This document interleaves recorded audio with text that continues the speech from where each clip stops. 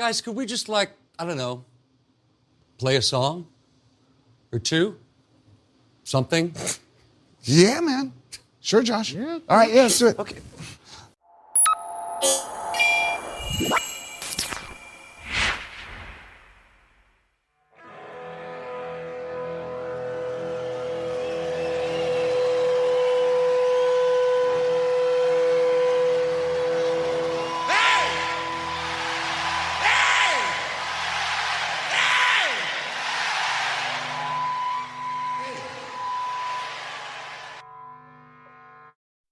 Hi everyone, welcome back to Foos Files.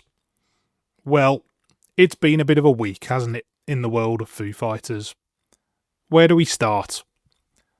Well, last Tuesday night, Wednesday morning, depending on where you are in the world, we got the announcement that put a spring in everyone's step. The band are making their live return in October at the Singapore Grand Prix. So that got everyone really excited on the various Foo message boards. There was a hive of activity for tickets, flights, travel plans, etc. because that's what the Foo community do. And even though it's only been 8 months or so since the last tour finished, we've all missed it. And it's the 30th anniversary, so definite cause for excitement. But then the excitement, I guess, was tempered a little bit by the news that Josh Freese won't be on the drummer's stool anymore. You'll all know by now he put out a post on Instagram to say that he'd had a call from the band telling him they wanted to go in a different direction, so that was a shock to say the least. I think it's fair to say that the majority of fans had really taken to Josh. He stepped in at a very difficult time for the band and the fan base. He helped us heal. He took on the impossible job of succeeding Taylor. And he did it with class, he did it with respect, he did it with honour and flair as well. So it's sad to see him go. So what now? Well, we've been here before, haven't we? We're going to get more speculation, rumour and idle chat. And it all becomes a bit tiresome and not very helpful really, doesn't it? Maybe the band will say something in due course. There are dates in the diary. In terms of my personal take, I don't want to say too much because it'd just be an educated guess, just like the next person really, as to what's going on there.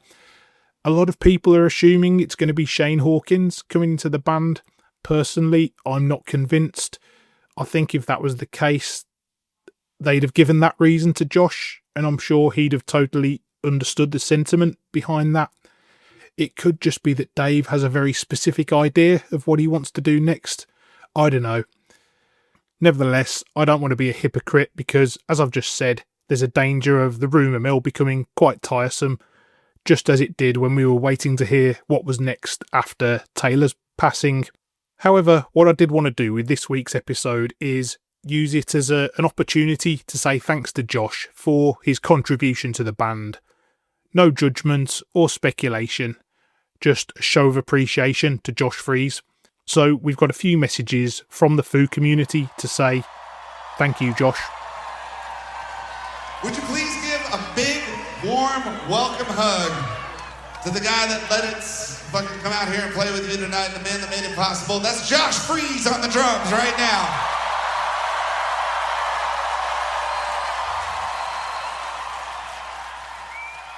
So I put out a bit of a call over the weekend to anybody who wanted to show their appreciation and thanks to Josh, and you certainly delivered on that. So a few from Instagram to start with. Lee Larson said, Josh, thank you. Thank you for taking on a near impossible task. Thank you for helping us heal. Thank you for the best damn Foo show I'd ever seen. Spokane 2023. Forever a fan. Lee. Nick Fletcher Harrison, thank you, Josh. You're a class act and will be so missed. You not only helped the band, but us, the fans, through a dark time and took over Taylor's seat with so much passion and grace that will never be forgotten. Doc Jen, you did a brilliant job taking up Taylor's sticks. You respected him while not trying to one-up him. Being able to see you and the boys play in 2023 was a joy for me and my family, as the Foos music is a big part of our lives. I wish you all the best in your future endeavours. John Waugh said you did a fantastic job of carrying on Taylor's legacy with respect for the past, while also not trying to overshadow him. Seeing your first show with the Foos in New Hampshire was a truly healing moment for me and helped me to realise that the Foos will carry on. Your time with the band may have been short, but it's an important one. Jeremy Jacobs. I had the opportunity to see Foo Fighters live with Josh twice. He seemed like the perfect fit. Ever since the Tribute for Taylor concerts, I knew he would be the pick, but seeing him live was really incredible. I thought he was a perfect balance between the technicality of Taylor Hawkins' style and the raw power of Dave's. Not to mention the impact of those double kick highlights in some of the jam sections. What a force. Tom Copeland, who's a bit of a Josh superfan by the sounds of it. I love Josh. I've been a fan of the Vandals for longer than the Foos and was completely made up when they announced he was joining. It's a real shame he won't be continuing with them, and honestly don't know who they could get to fill the role. I can guarantee he'll be off drumming for someone else by next week. And then the band The Worst. To become the drummer for the Foo Fighters takes skill, determination, stamina, creativity and personality, of which you have in spades.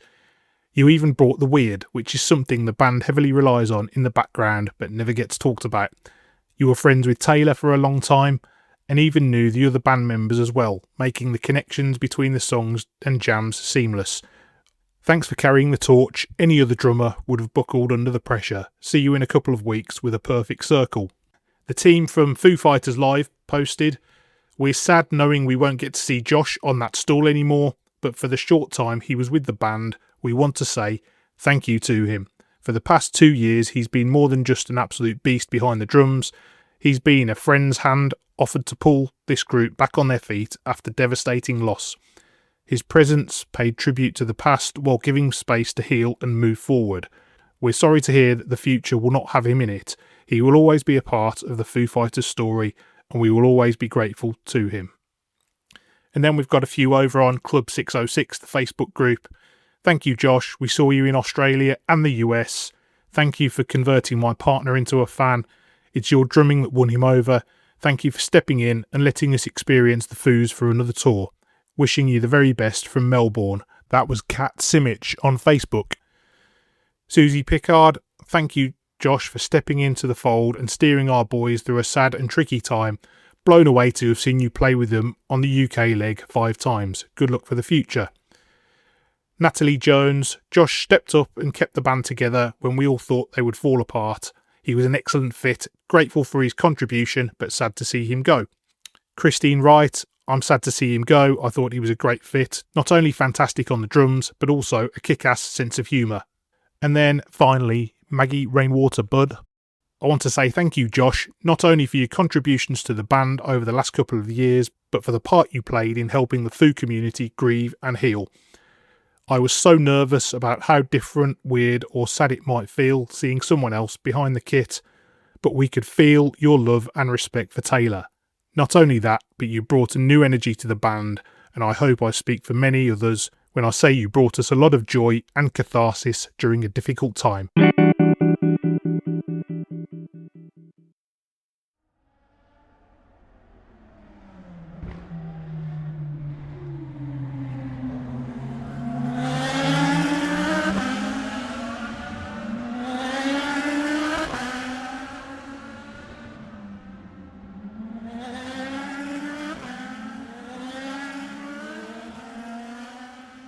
So the other piece of news from the past week, of course, is that the boys are back playing live. Saturday the 4th of October, they're booked to play at the F1 Grand Prix in Singapore. In fact, hot off the presses, just as I'm recording this on Tuesday, some more Asia dates have been announced too. So either side of that Singapore Grand Prix show, they're playing in Jakarta, the Indonesian capital. That one's been rumoured now for a week or two. And then 2 Japanese dates too in Osaka and Tokyo. So it looks like it's full steam ahead. But I just wanted to do a bit on Singapore, which was announced last week, and it generated a lot of excitement among the Foo community.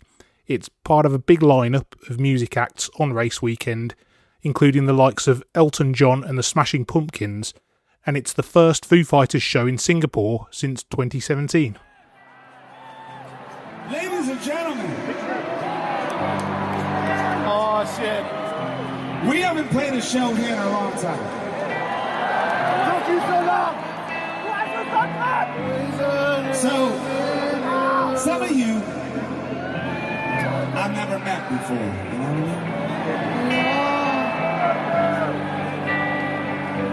mean? So I'd like to say hello. My name's Dave. It's nice to meet you. And it's not the first time the Foos have played on the F1 circuit either. They also did the Abu Dhabi Grand Prix in November 2023. So what can Foos fans who are making the trip for the October show expect from the experience? Well, the website F1 Destinations ranks Singapore pretty favourably in its reviews of all the race circuits. It says Formula One's original night race is still one of the best races to attend on the calendar. Excellent nightlife, food, shopping, hotels and tourist attractions are within walking distance of the circuit, and the atmosphere on race weekend is electric. Prices for race tickets and local hotel rooms are high, but the organisation is top notch and the big name concerts add a lot to the overall experience. Someone who's already got their tickets is Kim Hearn, UK based Foos fan and a friend of the podcast too.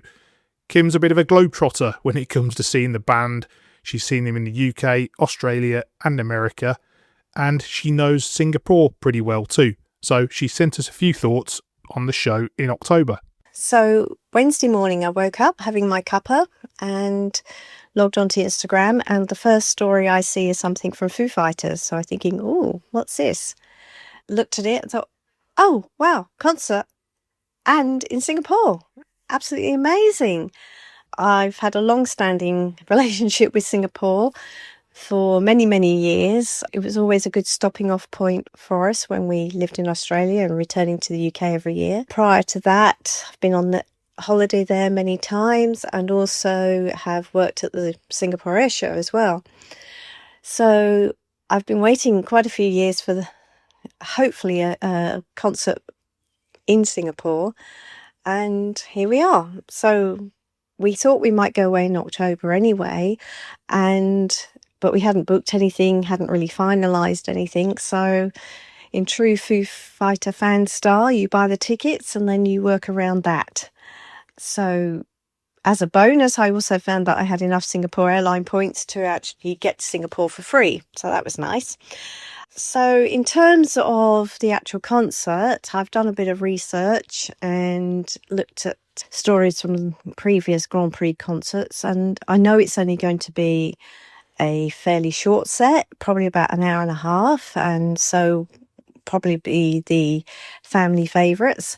But to see Foos this year will be absolutely amazing and very exciting. I've seen in the groups that quite a few friends are from the UK and also from America are hoping to go. So if we can all be there, hopefully on the rail, and give Foos our support, that will be absolutely wonderful. I know it's going to be hot, but I've done queuing and waiting in Sydney and LA in 40 degrees, so pretty used to that kind of heat. And also we're planning to have a few days before the concert, which also will mean I can go and do some shopping, because the shoe shopping in Singapore is absolutely amazing. So yes, so that's where we are with that at the moment. And yes, very exciting. Thanks to Kim for sharing her thoughts on the upcoming Singapore show. Always keen to get the voices of fellow fans on the podcast when we can. So if you've got a message you'd like to be played, send us a voice note, foosfilespod@gmail.com. And a quick reminder that we now have a Foos Files email newsletter too, containing some weekly bonus content. And you can see the link in the show notes to sign up for that. Thanks again for listening. Maybe next week it will be a little bit quieter in Foosland, but who knows. See you next time. Take care.